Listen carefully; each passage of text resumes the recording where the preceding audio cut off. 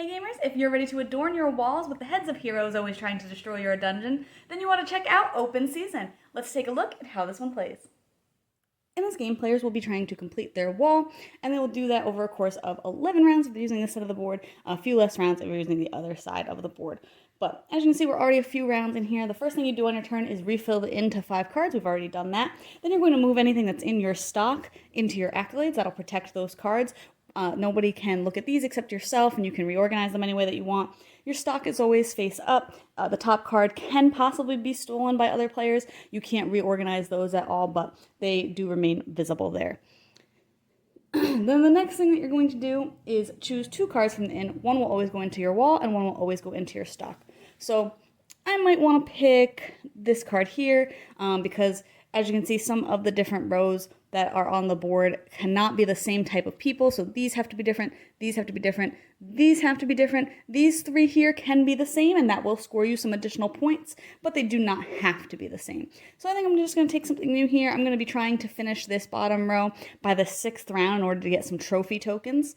And then I'm going to take this person here and put them into my stock, and that will let me, as the final part of my turn, trigger this ability. So that will let me peek at 2 cards at the top of the deck. I don't want this card because that will score me negative points, but I will take this card because that will score me some positive points. So I'll put that into my stock, and the other one will go back on top of the deck, and that'll conclude my turn. So then the next player will refill, take their turn, etc.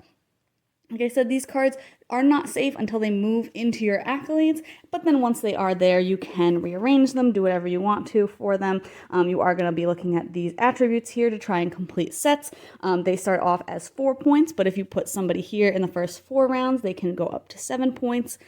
And then you'll just be trying to get the cards that are going to be worth the most points to you. Anything in these 2 spots are negative points. These spots are positive points. This one's going to be 10 points if you have the most of them. And this one's going to score 2 points per whatever attribute is there. So if I had this person here, if all of my people that had earrings as their attribute in my accolades would score me 2 points. At the end of the game, the player with the most points will win. Players can also add in the different bonus tiles to put at the top of their board to try and score some additional points as well. And like I said, you can use the other side of the board if you want a slightly shorter and different game. I thought this game was pretty neat. I thought it was cool that you had to draft multiple cards every round in order to put one on your wall and one into your stock, and I liked that your stock wasn't safe until your next turn to put into your accolades to make the pile of cards that you're going to actually score.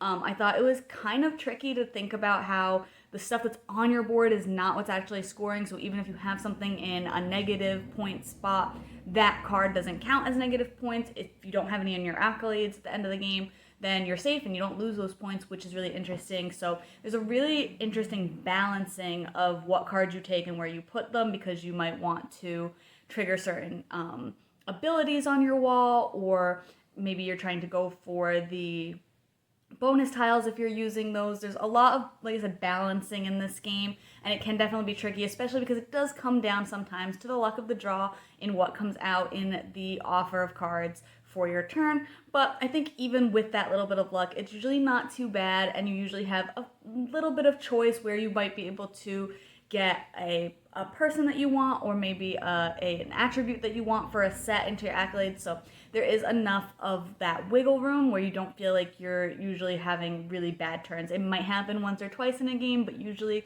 it's pretty scarce, so you don't feel like you're kind of locked into bad cards too many times. I do like the addition of the bonus tiles. I thought that added a nice additional component to the game, made it a little bit more gamey, a little less straightforward, but those were also very difficult to kind of accomplish most of the time.